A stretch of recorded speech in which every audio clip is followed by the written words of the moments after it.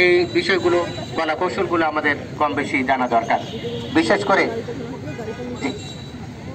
করে এখানে আপনারা যারা এখানে বসে আছেন বা দাঁড়িয়ে দেখছেন, আমি আপনাদেরকে অনুরোধ করব, এখানে যা দেখলেন এই বিষয়গুলো আপনার সন্তানের সঙ্গে, আপনার স্ত্রীর সঙ্গে, অথবা ক্ষেত্রভেদে আপনার স্বামীর সঙ্গে, অর্থাৎ পরিবারের সদস্যদের সঙ্গে এই বিষয়গুলো কিন্তু ওই স্ল্যাব ভেঙে পড়বে না।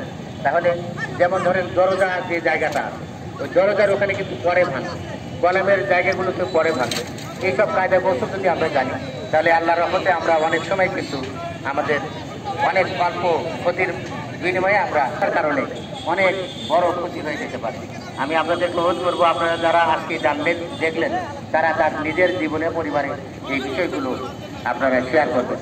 আমি আবারও সম্মানিত জেলা ত্রাণ পুনর্বাসন কর্মকর্তা এবং অতিরিক্ত জেলা প্রশাসক সার্ভিস, আমাদের পুলিশ সুপার মহোদয়ের প্রতিনিধি রয়েছেন, জেলা প্রাণী সম্পদ অতিরিক্ত জেলা প্রাণী সম্পদ কর্মকর্তা মহোদয় আছেন। আমি অনুরোধ করবো যে আমরা এই বিষয়গুলো আমরা অফিসেও কিন্তু আলোচনা করবো।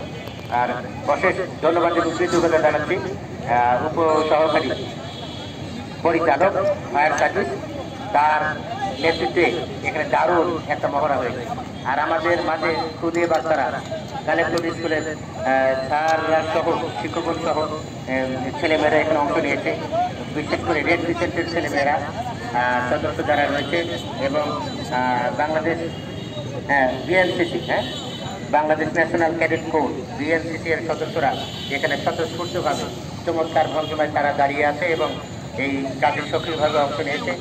আর ফায়ার সার্ভিস ভলেন্টিয়ার যারা, তাদের সকলকে আমি আন্তরিক ধন্যবাদ এবং কৃতজ্ঞতা জ্ঞাপন করছি।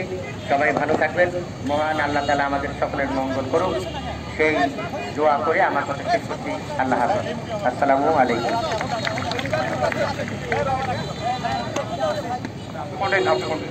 তাকে ধন্যবাদ যে তার এত ব্যস্ততার মাঝেও আমাদেরকে সময় দিতে পারছে।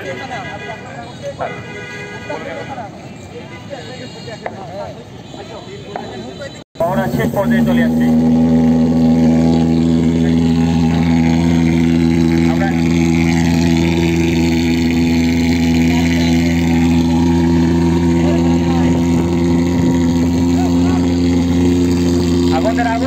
আগুন দিয়ে দেন।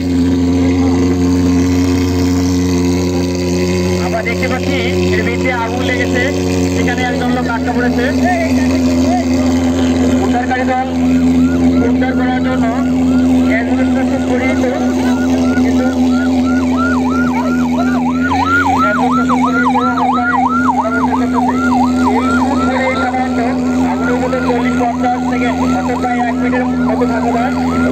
আগুন নির্বাপনের জন্য নয়, এটা মূলত উদ্ধার করার জন্য। দৌড়ে গিয়ে উদ্ধার করে ভিকটিমকে নিয়ে দ্রুত বের হয় আসার একটা সিস্টেম দেখতে পাচ্ছি। আমরা দেখতে পাচ্ছি আগুনের মধ্যে প্রবেশ করে খুঁজতেছে, ভিকটিমকে খুঁজতেছে।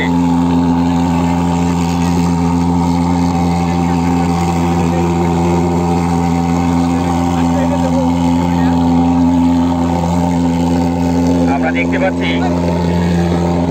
উদ্ধারকারী দল উদ্ধার করার চেষ্টা করতেছে, এখনো ভিকটিমকে খুঁজে পায়নি। দেখছি কি হয়।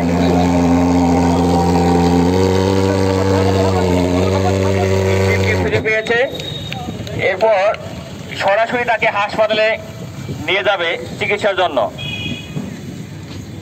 আর আগুন নেভানোর জন্য এএফটি ফায়ার এক্সটিংগুইশার ব্যবহার করে ফায়ার সার্ভিস ও সিভিল ডিফেন্সের একজন সদস্য আগুন নির্বাপন করিতেছে।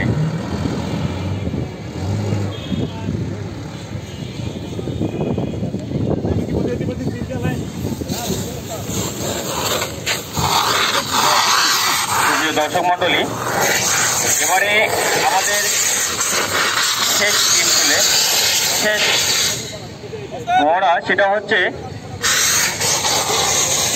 Nozzle display. Nozzle display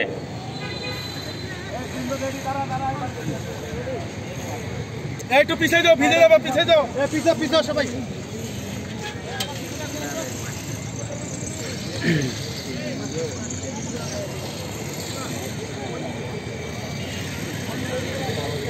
Yeah.